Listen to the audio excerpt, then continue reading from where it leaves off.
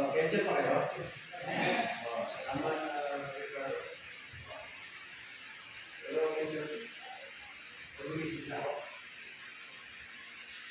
Okay, tayo po ay magbasa ng salita ng Panginoon sa Acts chapter 20, verse 28.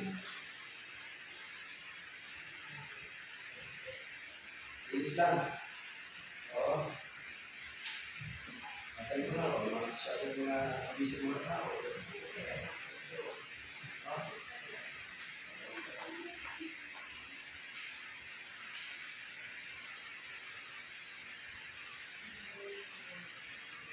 Acts chapter 20, verse number 28. Amen? Everybody begin.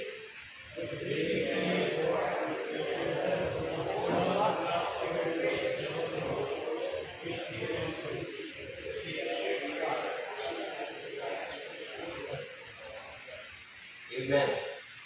So, nabahay po ng salita kay okay? Kanina, sinabi natin dito, approve things that are excellent. 3 things. Progress, perform, and perspective. Ngayon, nakita niyo po, pakipot natin dito. Pag nakikita niyo yung mga words, marami kayo nakukuha eh. So, dito, sabi niya, take heed therefore to yourselves.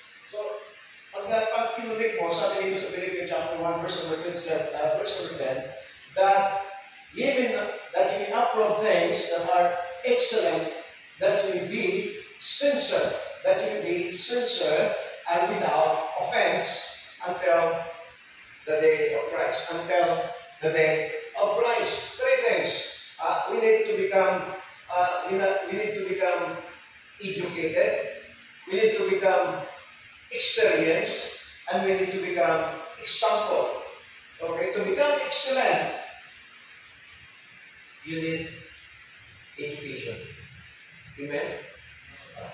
To become excellent, you need to experience. Hindi lang ang words, kailangan mo ipakita. Experience mo yan. At kailangan natin magiging example tayo sa mga bagay nito. To become excellent. Amen? Amen. So we pray, most precious Allah mo. Thank you for the privilege. Salamat sa biyaya na ito mo sa aming Panginoon. Kayo po yung maraming sa inyo. Tulungan po kami na kasunod ng kalooban na sa pagtapas namin dito, Panginoon, bit-bit po namin ang inyong prinsipyo, ang inyong karakter na binigay sa aming Panginoon. Pagpalayan po ang inyong salita. Ito po ang dalangin sa maraming sa pangalan ni Jesus na Diyos na pagigmas. Amen. Okay. To become excellent, we need to educate ourselves.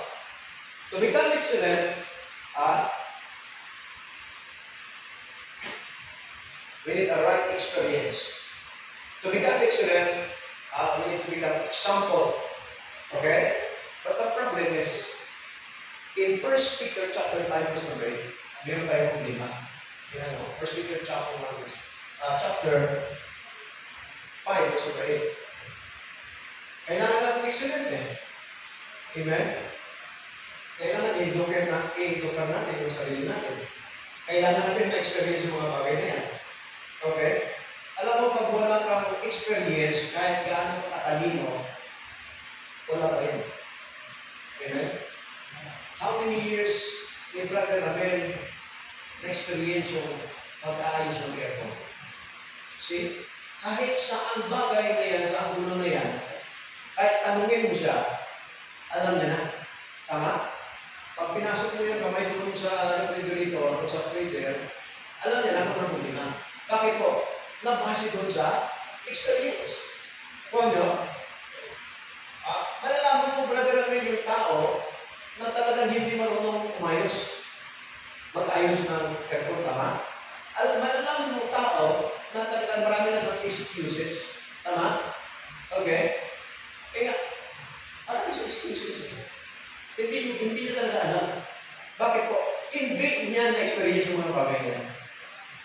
Kahit gaano kalalim ang term na sasabi mo, wala maniniwala sa iyo. Amen? Bakit po? Hindi mo na-experience yung mga bagay niya. sabi ng sister niya, sabi ng bata, paano ka maging tatay? Ano ang pakiramdam ng isang tatay ngayon sa panahon natin? Sabi ng tatay, anak, antayin mo, hindi tatay ka. Tama? Kayo mga tatay, gusto niyo ba maging tatay ngayon? Sa katotohanan lang, yung mga may asawa ngayon at magal na, pag tinanong mo sila, kamusta ang pagiging tatay? Nagpumpo siya. Maganda. Pero, ibigay niyo siya, masarap. Sarap mo nila. Ang hirap magsalita na masarap. Pero pag hindi nakatingin yung asawa, bakit pa kasi ako mag-asawa? Tama? Lalo na kapag pagdating ng mga bill ng kuryente, yung tubig, yung mamaya, anong ulam natin, inisip na natin sa kaya bukas, yung mga schedule niya. Tapos, ikaw, ang dami mo pinagkindat ng bahay. Parang sarap ang kindat. Parang gusto mo mag-asawa na. Tanungin mo yung mga tatay yung mga responsibilidad nila. Nakakapagod ba nila nila? Nagdari ko na. Alam mo, ganito yun eh. Yung bagong Montero ngayon, 2.6 pakinutan mo. Andun sa loob ng kasa. Okay? Montero, bagong Montero, marami hard. Okay? Na-drive ko yun eh. Pwede mo siyang iset kahit hindi ka mahawak ng marubila. Yung 2.6 na Montero, nandoon sa kasa, 2.6 yan. Pumunta mo for 5 years. That is 41,000 every month. Paglabas yan sa gate ng sa paglabas yan doon sa gate ng kasa, 2.3 na yan. Pag hinawakan mo ang marubila, tatakbo na yan, 2 million na lang yan. Amen? For how many months? For 3 months, yan, 2 million na yan, 1.8 na lang yan. Baka na yung presyo niya. Okay? Pag umabot na yung 2 years na yan, 1 million na lang yan. Tama ba yan? Okay?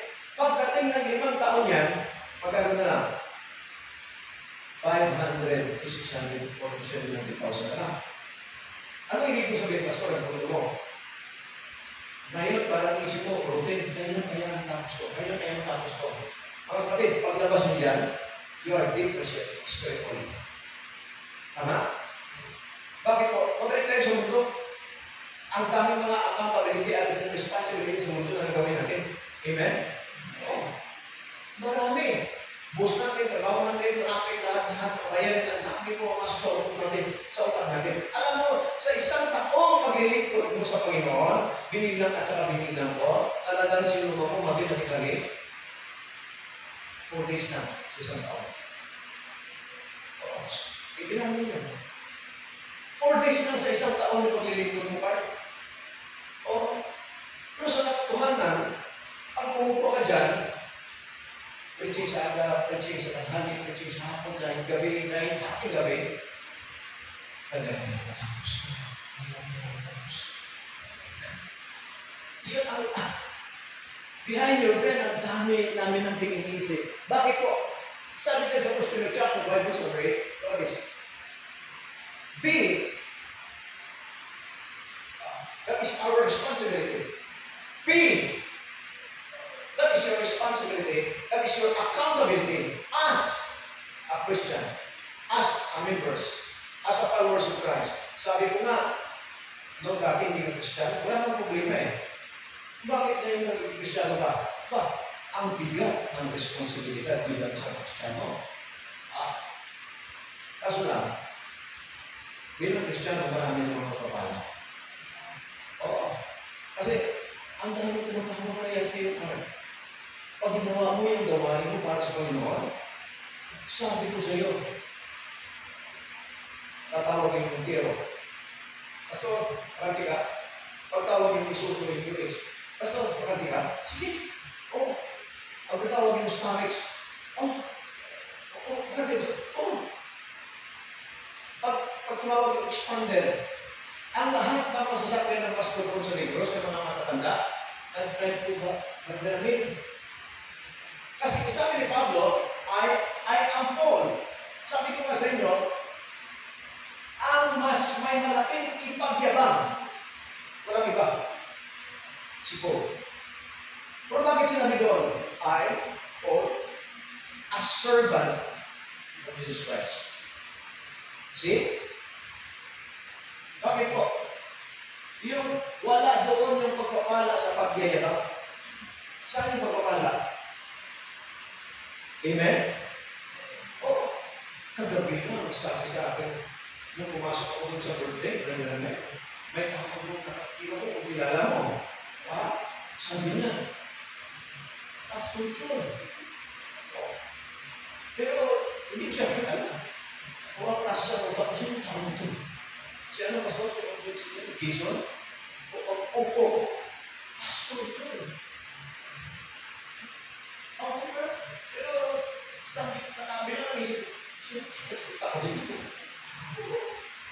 Sabi niya, naalala mo ako sa kasibuhan. Pero hindi ko man naalala eh. Sinabi ko,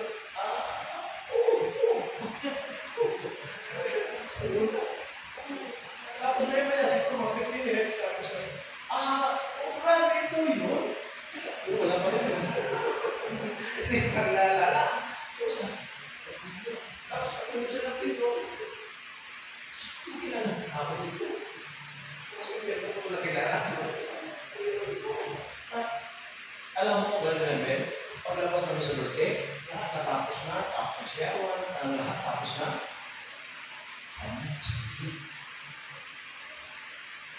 Ano ba?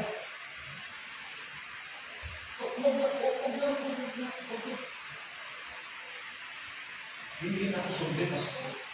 2,000 na.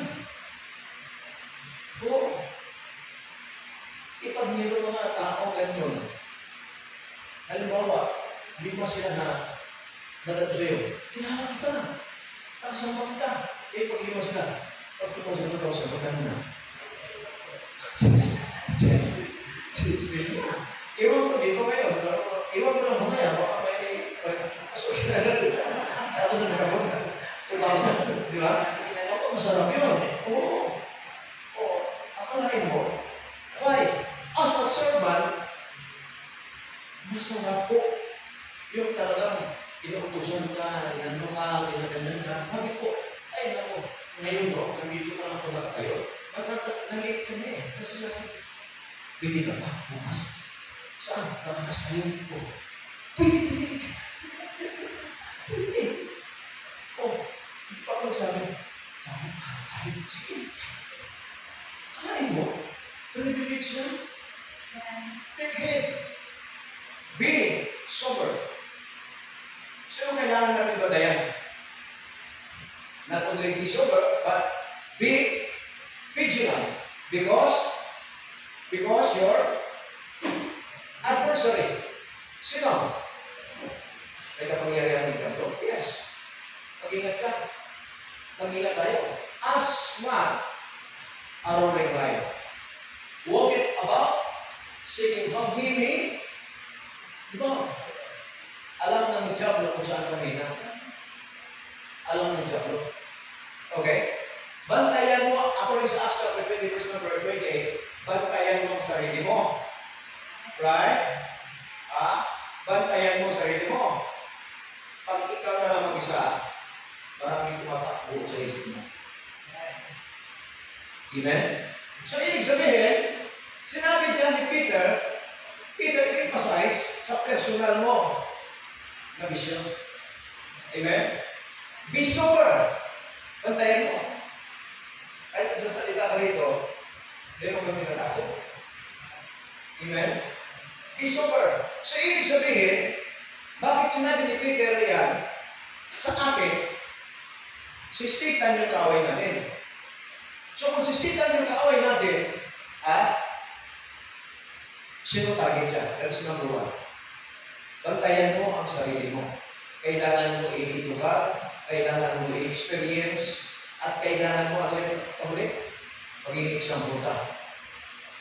Amen? Pero bantayan mo, because Satan, may target siya. Tandaan nyo, si Satan, kunti lang yung bala niya sa baril niya. Sino ang humahawak ng baril na special force? Okay? Sino? Sino sila? Hindi yung 45, hindi yung Armalite. Saan sila? Nandun sila sa mga taas ng mabilig. Hindi ko sila nakikita. Anong tawag doon? Ha? Yes! Ang sniper hindi nagsasayang ng isang bala. Pag binitawan yung isang bala, sigurado yan nasa pulong ako. Right? Bantayan natin. Because Satan, they have a target. Kaya sabi niya, be sober, be vigilant. Oh. Alam ni Satan kung saan ka mahina. Alam ni Satan kung anong ginagawa mo sa tuwing. Alam ni Satan kung anong ginagawa mo sa pera mo. Alam ni Satan yun. Amen? Kaya, set discipline. As po, ako, marami akong dapat ipag-iarap sa inyo. Kung tinawag ng sarili niya na servant. Katulong. Hindi mayabang. O, lahat tayo sa katotohanan mayabang tayo. O, pastor, hindi ako mayabang. Bakit? Wala ka pang pera. Pero bantayan mo, pag may pera ka. Tama? Pag may pera ka, iiba yung complexion mo. Right? Kaya, pag may pera ka, hindi masama ang pera. Kailangan natin ang pera. Pero sa pagtutumanan, ang mga taong may pera, makita mo yung pagkumuka. Right? Hindi ka naniwala eh. O, babaguhin yung ilong niya, pagkakala yung labi niya, pagkakala yung kilay niya, iba ba din yung buhong niya, gagawin niya. Complexion niya. Okay? Another thing, not only pag may pera ka, not only complexion, ang composition mo. Tama? Iiba ng tayo. Ang gawin mo ng mga pa. Ang mayamang tao, paano humawak ng ba? Ang mayamang babae, paano humawak ng ba? Ano ako ba? Ha? Hindi dito eh. Ha? Saan siya hawak? Ganyan. Oo. Alalakot-lakot.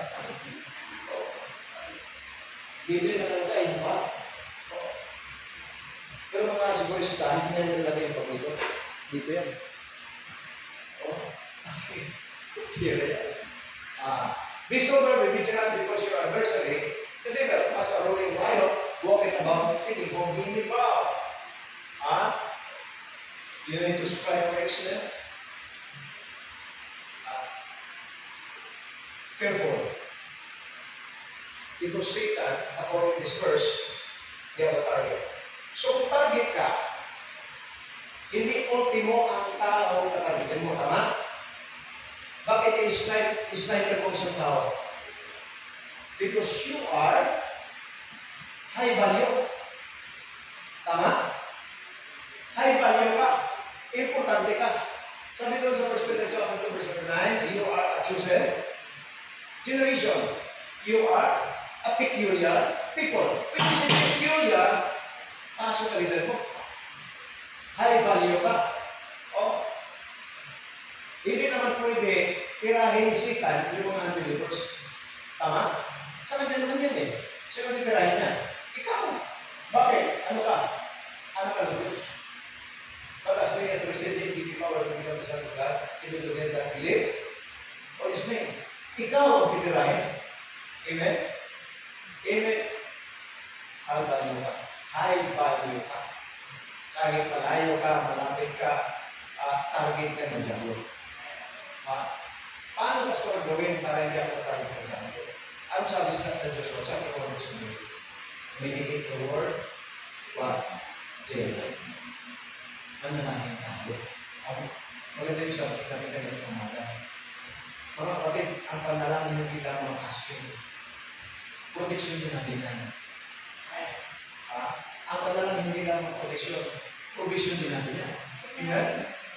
Strive for excellence. You need to educate yourself. Dami tayong gagawin. Pero pag hindi mo sinamahan na kailangan, kaya nasabi ni Pablo kay Timothy, Timothy, study to show thyself approved to God, the work of the ability not to be ashamed. Rightly, what? Dividing the words of truth. Pag lumabas ka na dito na tuloy sa trabaho mo, wala kang biblical words. Wala na ang salita ng Diyos. Anong inisip mo? Ang utos ng boss, ang utos ng boss, ang utos ng boss, ang negosyo, ang lahat na pumapasok, ang lahat na pumapasok. Kaya, nadidepression tayo. Amen? Konti na lang ngayon. Ang tao ang bibigay ng full time sa panahon sa Panginoon. Sa gawain ng Panginoon. Amen? Tapos na tayo ko na. Sisikan meron tayo. Walang iba, ikaw yun. Ikaw yun. Okay? Number 2. Be sober and vigilant because your adversary is the devil. As a roaring lion walking about to seek whom you may devour. Okay? Huwag mo sabihin na walang kaya sisikan sa akin. Okay? Wala. Kasi tinanggap ko naman ng Panginoon. So, strive for excellence, not only nga may target na siya. As a human, we have a tendency. For what? Okay? Kahit dati po ka-organize mga plano na yan, na-manage nila yung mga bagay na yan, mayroon pa rin tendency. Ano yung tendency sa Tagalog? Tendency. Tendency sa Tagalog.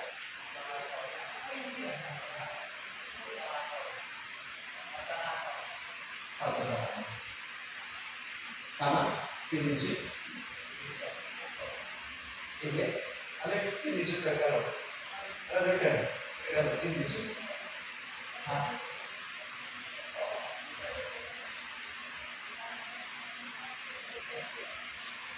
Susunod tayo sa pasto, kaya ng pasto. Pero bantayan mo, pag walang pasto. Tama? Tendency yun.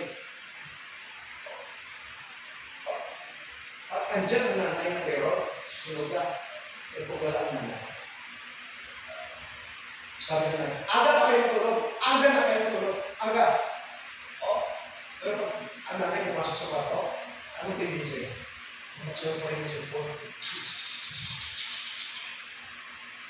It's a part of tendency. Kasi, human na tayo, meron tayong nature ng pagkatao. Sumugan ko na. Bakit po? Kung saan yung bawal, doon masarap doon. Amen? Kaya mag-ingat tayo dyan. Kaya sinabi ni Peter, be sober, be vigilant, because your adversary is babantayan na nagtitirahan na tayo. Number last. Amen? Number last. Ang bilis mga pastor. Siyempre. Okay. Strive for excellence. We need to educate ourselves. Experience an example. Tandaan natin. Sisitan, they have a target. Tendency. And then, number 3. 1 Peter chapter 5, verse number 8. Be sober, be vigilant, because your adversary, the devil, as a roaring lion, walking about, seeking whom he may devour. So not only target, not only tendency, tandaan natin, doon sa truth, doon sa katotohanan, dalawang bagay. Okay? Meron po sa katotohanan, meron pong tinatawag na internal or external. Okay? Yung internal weaknesses,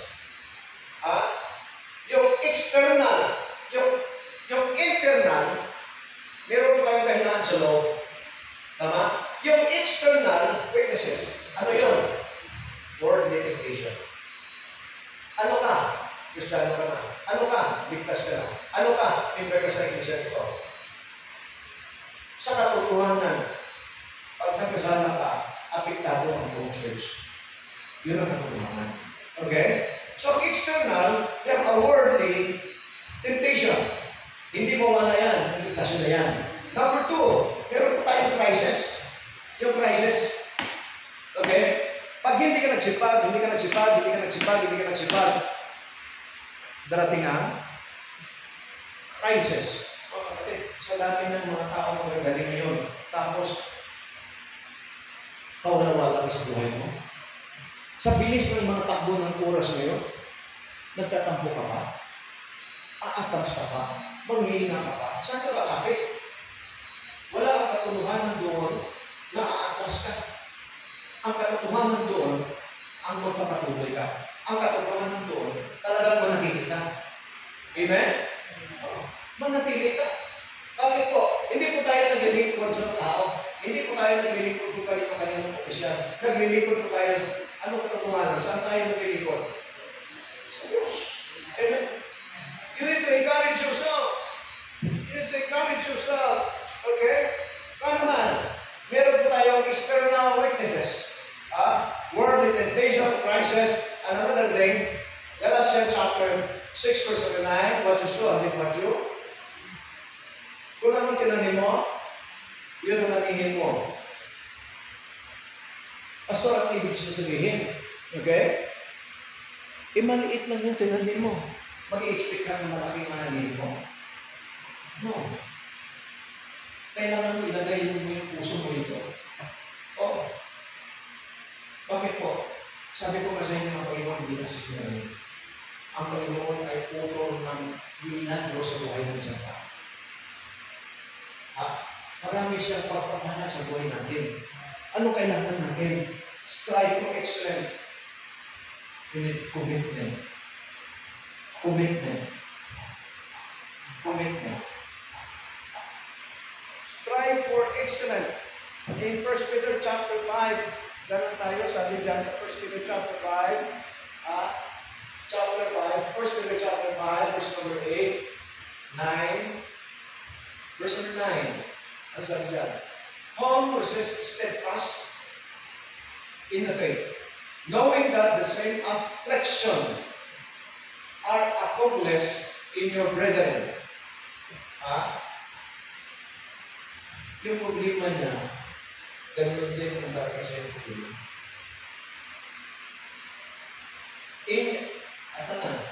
Afflictions are accomplished in your brethren that are in the world. Number 10. Ano sabi dyan? Verse number 10. Number 10. But the God of all grace, who hath what? Called us unto His eternal glory by Christ Jesus. After that ye have suffered a while, hindi sa lahat ng panahon, may problema ka. Hindi sa lahat ng panahon, may trials ka. Hindi sa lahat ng panahon, maghihirap ka. Make you perfect. Perfect. Establish. Strengthen.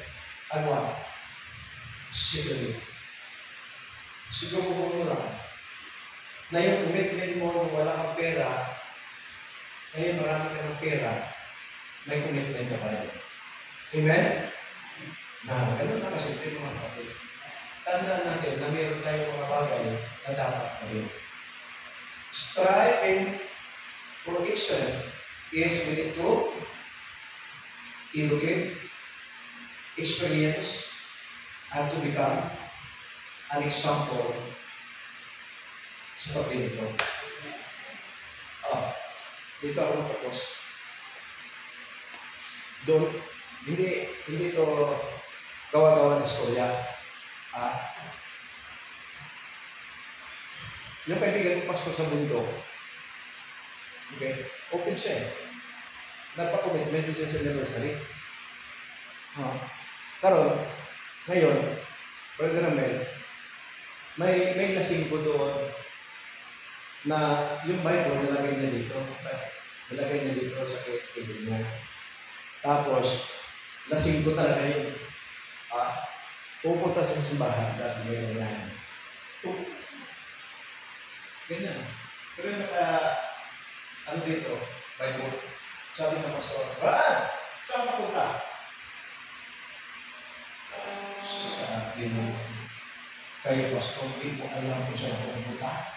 Ano bang nilagay ko dito? Bible. Oh, pastor, saan ako pupunta? Okay. Sa church. Magsisimba ako, pastor. Wala. Yung bago. Sige pa na, pastor. Kung pumasok ka sa sabi ng pastor, okay, mag-commitment tayo para sa ministry. Ha? Ang kapatid, kailangan natin ang pera ganito ganito. Sabi, sino muna? Brad, mag-commitment pa para sa ministry. 200 pastor.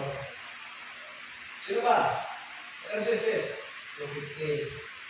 300. Sino ba? 500. 600. Alam mo, yung nasagot, ito na. At yung nasagot, yung mga commitment talaga nila, hindi ipapot ng 1,000. Kung alam mo, sabi na nasing mo,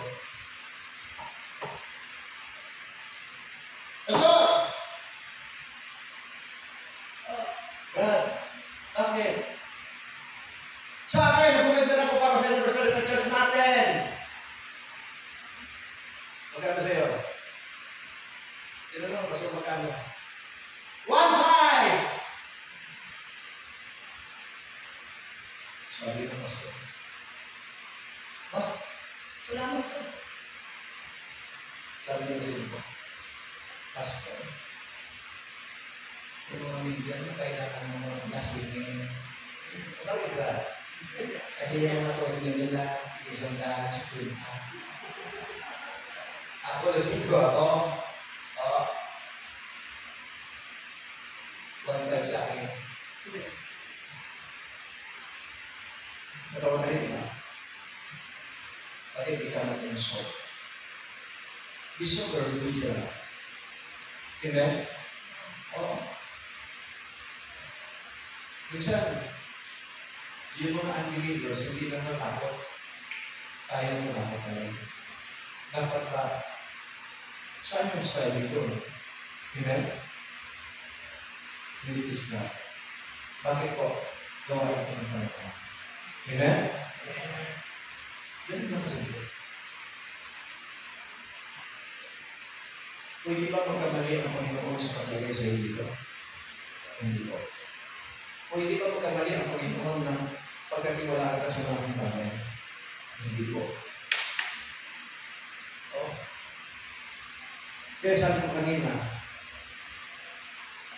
pag gusto mo ng progress, pag gusto mo ng performance, pag gusto mo ng perspective, huwag mo walain ang Panginoon sa buhay mo. Amen? Pag gusto mo ng progress, pag gusto mo ng performance, pag gusto mo ng perspective, huwag mo walain ang sarili mo sa church. Amen? Pag gusto mo ng progress, pag gusto mo ng performance, pag gusto mo ng perspective, huwag mo walain ang gawain ng Panginoon sa buhay. Hindi pwede magkamali ang Panginoon. A faithful man shall abound with blessing. Sino hindi gusto ng pagpapala? Ako lang. Lahat tayo gusto ng pagpapala. Ako gusto ng pagpapala. Gusto mo ng pagpapala. Gusto mo ng pagpapala. Gusto mo?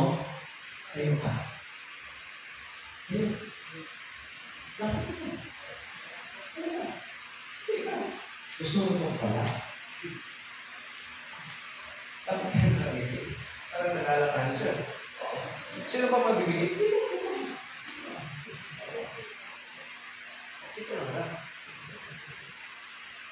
Gusto niya ako papala eh. Ikaw, hindi mo gusto ko papala? Siya gusto na ko papala eh. Ikaw, Cards, gusto mo na papala?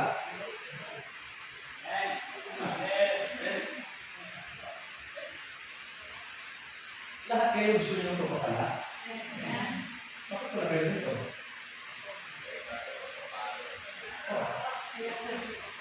Ano sabi ni James?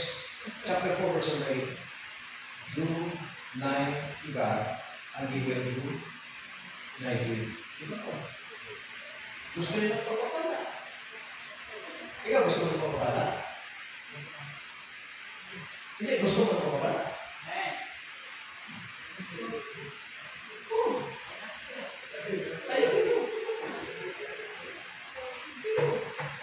Paul, gusto mo ng pagpapala? Gusto mo ng pagpapala? Bakit mo ako? Amen? Amen? Gusto mo ng pagpapala? Hindi kaya ito. Gusto natin ng pagpapala eh. Mga gusto mo ng pagpapala mo? Bakit mo? Yung iba nga, $41.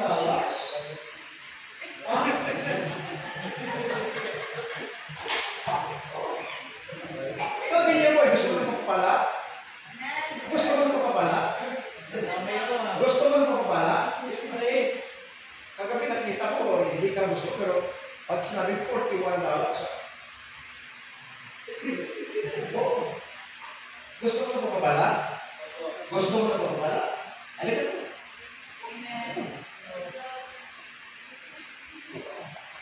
Mga kapatid, Panginoon yung nagbigay ng promisa sa atin. Amen? Gusto natin ng pagpapala? Sino pa? Sino pa susunod? Gusto niyo ng pagpapala? Di niyo ba alam na itong lugar na ito is a divine? Di niyo ba alam ang lugar na ito? It is a glory of God. Seek ye first the kingdom of God and His righteousness, and all these things shall be added unto you. Hindi biro. Kaya sinabi na James, a double-minded man is unstable in all. Sino pa? Susungsong nila. Ano natin? Gusto nyo magpapala?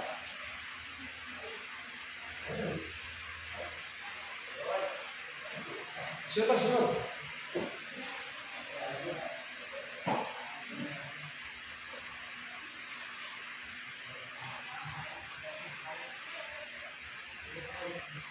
Mga kapatid, kailangan natin lumabas sa tinatawag na comfort zone.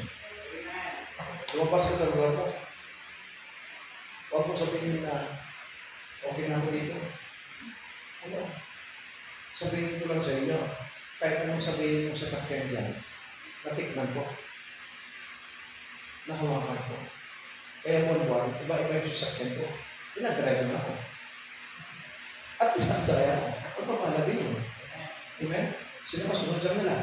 Gusto nyo ng pagpapala? Sino ba? Amen.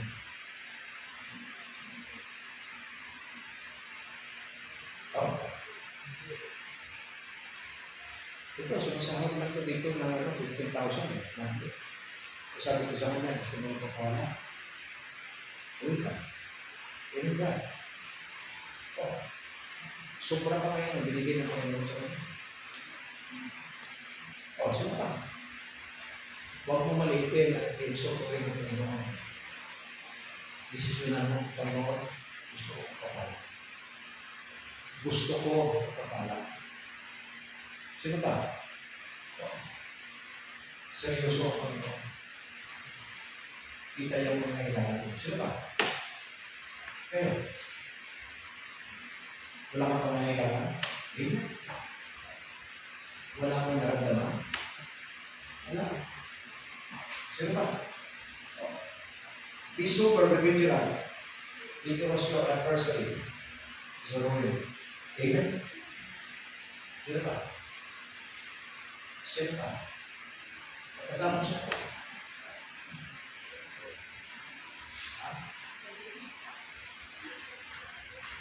Sino ba? Hindi tayo naglalaro dito. Amen. Hindi tayo naglalaro. Ministry ko. Right. Ministry ko. Ministry ko kapatid. Oo. Ministry ko. Nung na-operahan ako, alam mo, sinabi ko sa doktor, ano bang meron doon? Sabi niya, Pastor Francis. Alam mo, exposure, Pastor. Bakit ka makadinig? Bakit ka makikita? Bakit ka makaamoy? Bakit ka nakiramdam? Meron connected na mga wire. Okay? Yung mga ugat natin sa liit, para mga buhok lang. Okay? Ingatan mo. Kapag alam mo kayo na maniglasin ko kayo sa gawa mo. Okay. Naramdaman ko at naka-experience ko ito ang mga pagkapanan ng Panginoon. Amen. Bantayan mo ito. Ihanda mo yung puso mo, ihanda mo yung pag-iisip mo, ihanda mo yung katawan mo. Tapos, hindi kayo magkakutin. Tapos yung rason mo, tapos yung rason mo, masulo.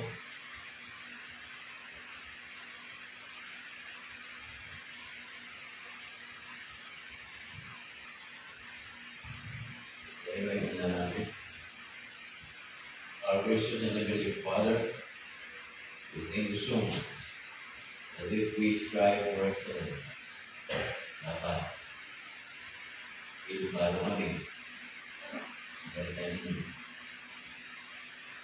Universe, as a secular world, edukado kami with our realities. Sa mga kapatid na mga sa pag-aaral, bigyan ng katanungan. Matagumpay. Because that's a blessing coming from God. Ayaw ng Diyos na tayo ay hindi pagpapala. God stores the blessings, all the blessings in heavenly places. It's up to you to claim it by withdrawing it through your prayers. Strive for excellence in terms of your experience. Jacob said, sabi ni Laban kay Jacob, I know by experience that the Lord is with you. So we know by experience that the Lord is in this church. We know by experience that the blessings of the Lord are upon those who are faithful. Because a faithful man shall abound with blessing. We strive for excellence, Lord, that we have and we need to be an example. Our forefathers, the apostles, and even of the fathers of the faith, araw-araw yan sa templo. And yet the Lord provided them. Tayo araw-araw sa trabaho, linggo lang dito sa templo, sa church. The difference, after 2,000 years, their example is every day they're engaged in the work of the Lord. Alinawa tayo. Huwag natin pagkamutan ng araw, ng oras, ang Panginoon. Dahil halimbawa ng mga lumang Kristiyano, today, we are in the temple and in every house, we are bringing bread from house to house. Ibig sabihin ng araw-araw, may study. Araw-araw may gawain. So, dapat tayong meron tayong araw-araw na ginagawa. That's the ministry being set by example by our founding fathers. At hindi niya pera pinag-usapan nila. Dugo ang ibinumos nila. Hindi pa pinalagpan. Inatay, pinako. Para tayo makarating sa kanila. If God has something for you today and you want to be a blessing, you want to receive the blessings of God, you can pray, you can kneel down and talk to the prayer of God. So you make a commitment that you are going to strive for excellence in your service. Sige mo po. Talk to the Lord. Tell God, Father, help me to be a faithful child of yours.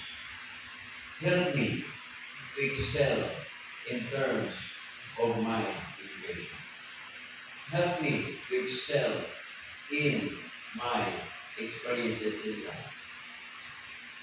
Help me to excel in my example. That people will know that I am your child by showing faithfulness in church activities, in soul winning, in giving, and always available in the work of the Lord. That's the goal to strive for it. So yung may commitment is the firm. Ikaw yung buting halimbawa ng Christian. Yes. Anong gawin? Nakitisod ka. Inside force and outside force. May katituso lang ng kapatid. Katitusuhan ng Christian. Katitusuhan ng mga galaw. Outside force, mga believer yun. Tutuloy sa enta. But, sabi ni Pablo, I count them all but down. Wala yan. Wala yan. Sabi ni Pablo, one thing I do is one thing I do. Is your thing.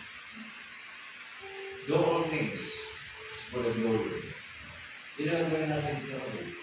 So you are going to make a commitment this afternoon to do the ministry that God has given to us.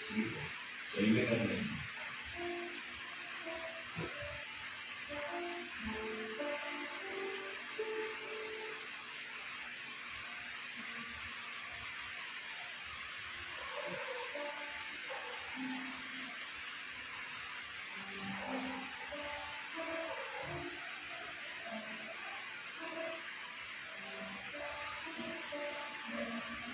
Thank you, Father, for your reminders.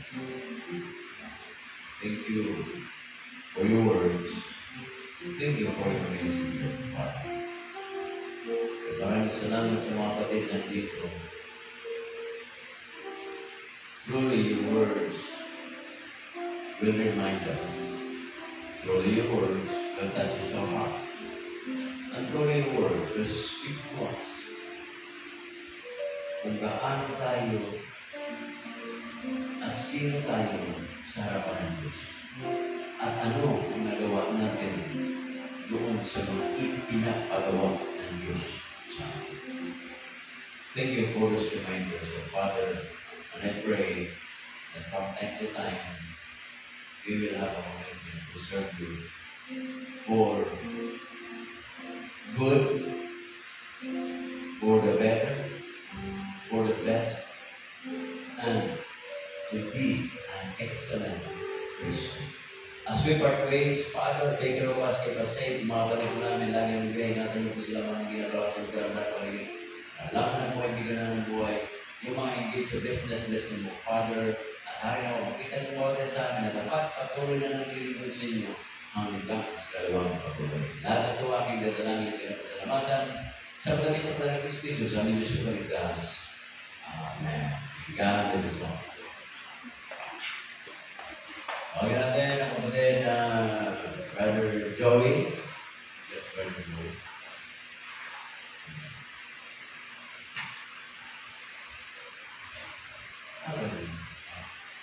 Kasi Brother lang ng Pogin para sa ating gawin na.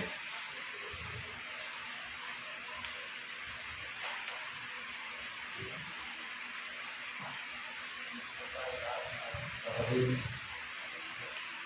ang Diyos na